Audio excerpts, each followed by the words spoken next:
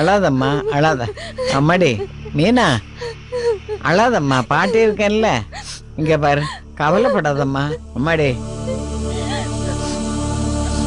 இவ்வளவு எதுக்கு இங்க கூட்டிட்டு வந்த? இவன் மூஞ்சிலேயே முழிக்க கூடாதுன்னு தானே நான் இங்க வந்து உட்கார்ந்துருக்கேன். போடி வெளியே. பாட்டி என்ன மன்னிச்சிருக்க பாட்டி.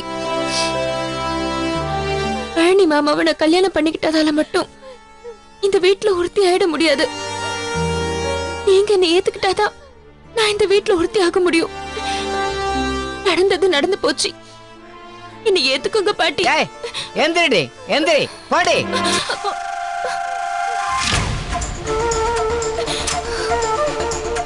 ஏய், உன்னை வீட்டுக்குள்ள விடுறதுக்கு எனக்கு கொஞ்சம் கூட இஷ்டம் இல்ல. அந்த சாமி முடிவு எடுத்துட்டாங்கிறதுக்காக என் மனசை கட்டுப்படுத்திக்கிட்டு இருக்கேன். அவன் சொல்றதுக்காக வேணும்னா எங்கேயாவது ஒரு மூலையில இரு. ஆனா எந்த காலத்திலையும் நான் உன்னை ஏத்துக்கிறவேன்னு மட்டும் நினைக்காத, அது நடக்காது. பாட்டி, உங்க கோவம் எனக்கு புரியுது.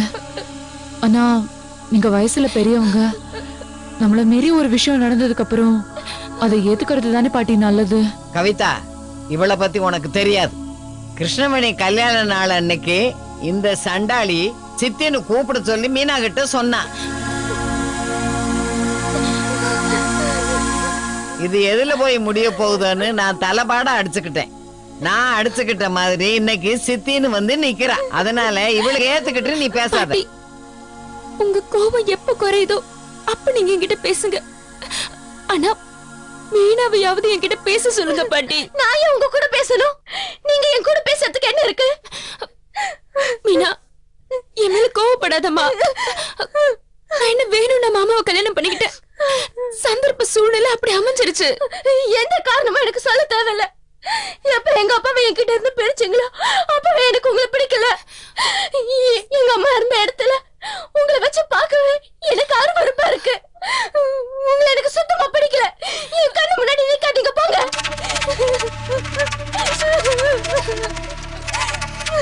உங்க மனசு சமாதானம் ஆகுற வரைக்கும் நீங்க காத்துட்டு இருக்கிறது தவிர வேற வழியே இல்ல பிரேமா. இல்ல கவிதா, நான் எத்தனை நாள் வேணாலும் காத்துட்டு இருக்க தயாரா இருக்கேன். ஆனா இவங்க இப்படி ஆத்திரமா பேசுறதுதான் எனக்கு ரொம்ப வருத்தமா இருக்கு. இந்த மாதிரி கஷ்டத்தை அனுபவிக்கிறதுக்கு பதிலா நானும் எங்க அம்மாவும் மண்ணெண்ணெய் ஊத்தி கொழுத்து செத்தே போயிருக்கலாம். ஏய், ஏண்டி நீலி கண்ணீர் வடிக்கிற?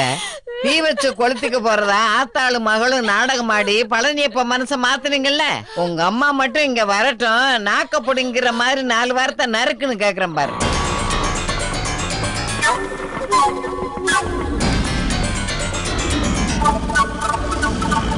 இந்தாங்க. சரி. ஐயோ, என்ன நடக்க போகுதோ?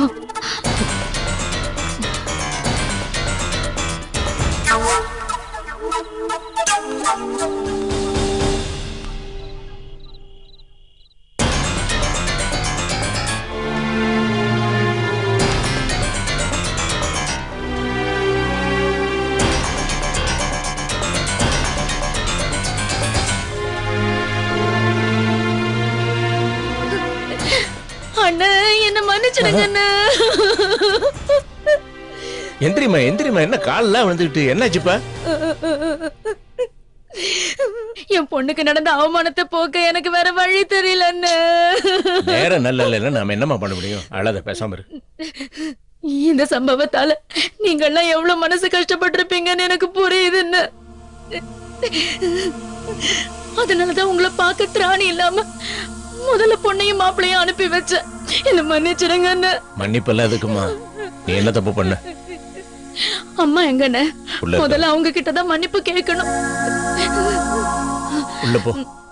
அம்மா, அம்மா, அம்மா, அம்மா. உங்க ஆத்தா வந்துட்டா போல இருக்கு. இரு, இன்னைக்கு நான் அவளை வச்சுக்கிறேன். வாடி வா. அம்மா, என்ன மன்னிச்சிடுங்கம்மா. சண்டாளி, உன்னை தாண்டி நான் எதிர்பார்த்துக்கிட்டு இருந்தேன். ஏய், எந்திரிடி, எந்திரி, போடி. அம்மா, ஊரே தப்பா பேசுறதுக்கு அப்புறம் எனக்கு என்ன பண்றதுன்னே தோணலம்மா. அதனாலதான் இப்படி ஒரு காரியத்தை பண்ணி தொலைச்சிட்டம்மா. அதுக்காக இப்படி ஒரு காரியத்தை பண்ணி வேண்டியே? தப்புதான், நான் பண்ணது தப்புதான்மா. என்ன பண்றது? பொண்ணை எல்லாம் பெத்து தொலைச்சிட்ட. ஏய், நீ காலில் விழுந்த கதறினாலும் நான் உன்னை மன்னிக்க மாட்டேன். ஏதோ ஒரு சதி திட்டம் தீட்டித்தானே உன் மகளை இங்க அனுப்பி இருக்க. அந்த சதி திட்டம் இங்க நடக்காது, நடக்கவும் விட மாட்டேன். போடி முதல்ல. அம்மா அம்மா, என் நிலைமையை யாருமே புரிஞ்சுக்க மாட்டேங்கிறாங்களே. அண்ணி அண்ணி, நிலைமையை யாருமே புரிஞ்சுக்க மாட்டேங்கிறாங்களே. அண்ணி அண்ணி, அம்மா என்ன பார்த்து சதிகாரின்னு சொல்லிட்டு போறாங்களே. நீங்க மட்டும் இருந்திருந்தீங்கன்னா இந்த வார்த்தையை சொல்ல விட்டுருப்பீங்களா அண்ணி? அழாதீங்க.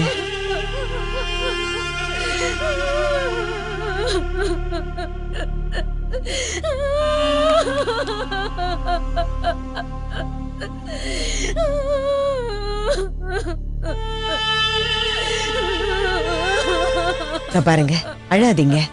திடீர்னு அவங்க 2 பேரும் மாலையும் கழுத்துமா வந்து நின்னது எல்லாருக்கும் கொஞ்சம் சங்கடமா போச்சு.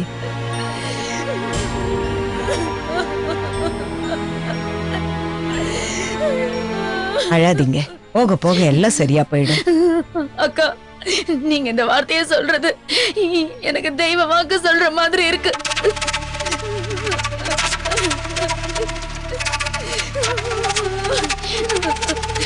அண்ணி இல்லாத குறைக்குதான் உங்களை கொண்டு வந்து வச்சிருக்காங்க.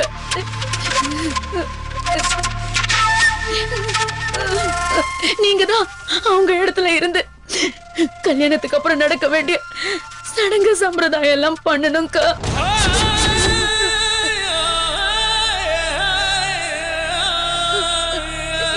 நானே இத பத்தி சொல்லணும்னு நினைச்சிட்டு இருந்தேன். நல்ல வேளை நீங்களே சொல்லிட்டீங்க. இருங்க, நான் அண்ணன் கிட்ட போய் இதை சொல்லிட்டு வந்துடுறேன்.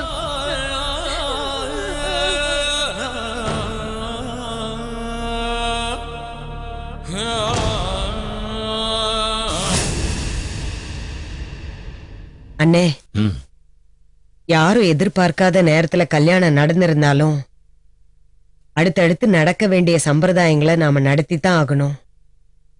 தத்த வேணும். நீ நம்மளே இதை பாத்துக்கிறீங்களா? சரி அண்ணே. என்னங்க? என்னம்மா? நான் பிரேமா கிட்ட பேசுறேன், நீங்க தம்பி கிட்ட பேசுங்க. சரிம்மா.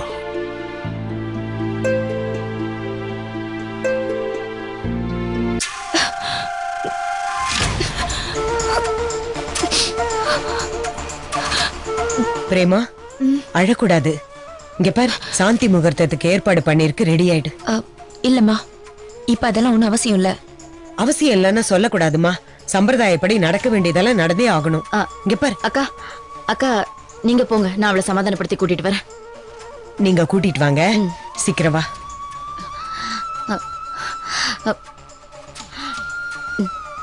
ஏமா, உனக்கு கொஞ்சம் கூட அறிவே இல்லையா? நான் என்ன இந்த பழனி இப்ப ஆசைப்பட்ட கல்யாணம் பண்ணிக்கிட்டேன் இந்த மாதிரி சம்பிரதாயம் எல்லாம் பண்ணி முடிக்கிறதுக்கு? பைத்தியக்காரி, இந்த வீட்டுல நீ ஒருத்தியா இருக்க. பழனியப்பனை கல்யாணம் பண்ணா மட்டும் போத்தாது, சாந்தி முகூர்த்தமும் நடக்கணும். என்ன இப்படி வளர்ற? நான் ஒண்ணும் வளரல. பழனியப்பன் நீ சொல்றதுக்கெல்லாம் தலையாட்டணும்னா முதல்ல நீ அவனை கைக்குள்ள போட்டுக்கணும். புருஷனை கைக்குள்ள போட்டுக்கிட்டாதான் நம்ம திட்டத்தெல்லாம் இந்த வீட்டுக்குள்ள நிறைவேற்றி பார்க்க முடியும். உனக்கு விருப்பமே இல்லாம தான் கல்யாணம் பண்ணிக்கிட்ட. அதே மாதிரி இந்த சடங்கையும் முடிச்சிடு. உன்னால அப்பதான் காரியத்தை சாதிக்க